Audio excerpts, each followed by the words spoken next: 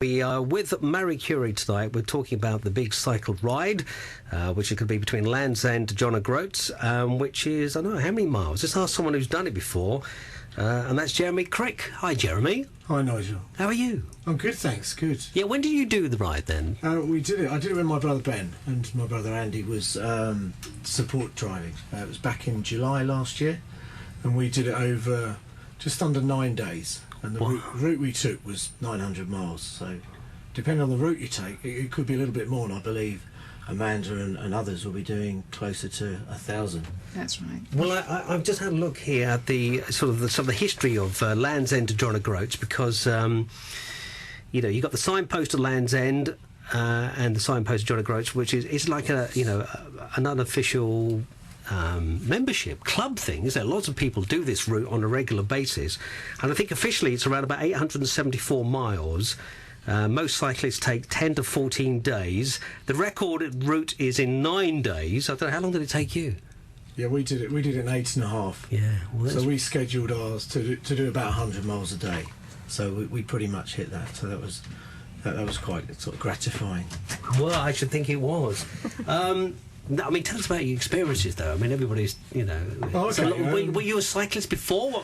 Yeah, I guess back about 6 years ago, I actually had my hip replaced, and I really didn't think that I could even get on a bike or even do any gym work or anything. And since then, I got back on my bike. So I cycled years ago, and then progressively sort of just got back, bought a road bike, bought another one, and then bought another one. And then convinced my brother last year that it was a good idea to do this event. So we did a few miles. In the year before, we probably did about 3,000 miles of training. Wow. Various guises on different rides. Sometimes it was in the gym. Sometimes it was on these cycle class called spin classes. It was on a turbo trainer in the back of the house, or it was on the road in the freezing cold in the ice. And so it was quite a mixed bag of training, but it paid off. It definitely paid off. And what made you do it? It's a good question, actually. The challenge, really. There was one thing for me personally, was that back in 1993, I'd actually did 2/3 of it, and I actually did it the other way round, top to bottom. And I'd always wanted to do the whole thing. So I did 2 days on the bike and then 1 day driving. So there was always in the back of my mind that I really actually wanted to do it. And I think when my hip got better, I thought I've got to go for this. And there was an experience on the ride when I saw this guy, actually, if anyone knows what a Brompton fold-up bike is, on the top of the A6, I actually saw a guy fully laden going the other way. And I looked across, and I actually thought it was... I had the easy route, you know, with a guy with a car and all the equipment in the car, and I just had myself on the bike. So yeah, you do see a lot of experiences and different people on the route. Yeah, camaraderie must be quite amazing, I think. So how does it work then? Just very quickly, where does the route go, and it's all mapped out and stuff? You know, how do you decide to go each day? We researched it online. I think the majority of it we cribbed off other people's, but we took other people's advice to avoid certain main roads, because certain ones, dual carriageways, and that can be quite dangerous.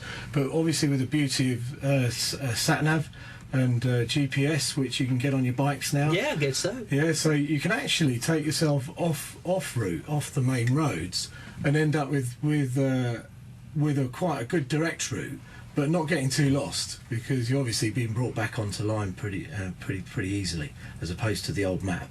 So I think most of it's pretty recognised now, and I think people follow generally most the same routes, but obviously there's up to people doing it 20 plus days, so it's a lot more leisurely.